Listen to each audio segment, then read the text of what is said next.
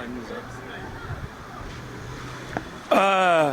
Aux États-Unis, Europe, Océanie, partout ce que vous avez continuer news. Lingala News TV yangoyi.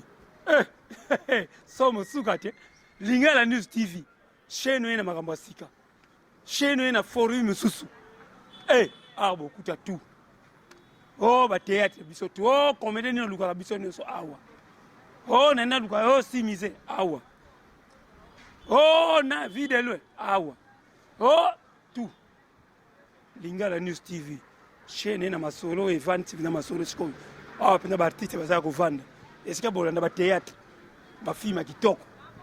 Ba film somo. Ba histoire ya bien vanda ba gag. Ba info. Lingala News TV.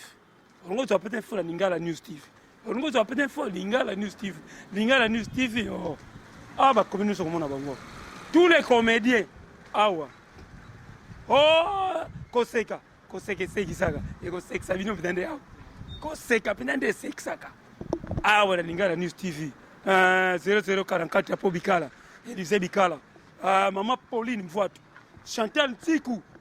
Lingala News TV yango yo. Masolo evandie. Bangani. Mais masolo ezali awat. Lingala News TV. Lingala News TV. Non. C'est déjà demain. Oui. Ne vous trompez pas d'adresse. Pour être bien informé, suivez Lingala News. Voilà le réseau, il y a Papa Chéribine Adam Motopam. Lingala News na yembela, Lingala News na yembela, yo yo yo yo yo yo yo, Lingala News na yembela, yo yo yo yo yo, Lingala News na yembela, yo.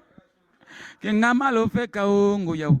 Kenga malo feka Lingala News tambola tan da wembe didi dape ibodo babi chaîne moko Lingala News TV. Lingala News TV babi eske boko découvrir information ya solo. Lingala News TV eske boko tala ba gag ya solo, ba film ya solo, ba émission ya solo, ba théâtre ya solo. Lingala News TV Lingala News TV chaîne moko na Congo. Lingala News TV babi ukanga masolo. Lingala News TV ezobaka bango na kuluzu. Lingala News TV basaka maseki. Lingala News TV yoko kata bango masasa mba satana. Lingala News ekati kata bao c'est ya Limpombe babina c'est Limpombe. Lingala News TV kanga masolo boucle check.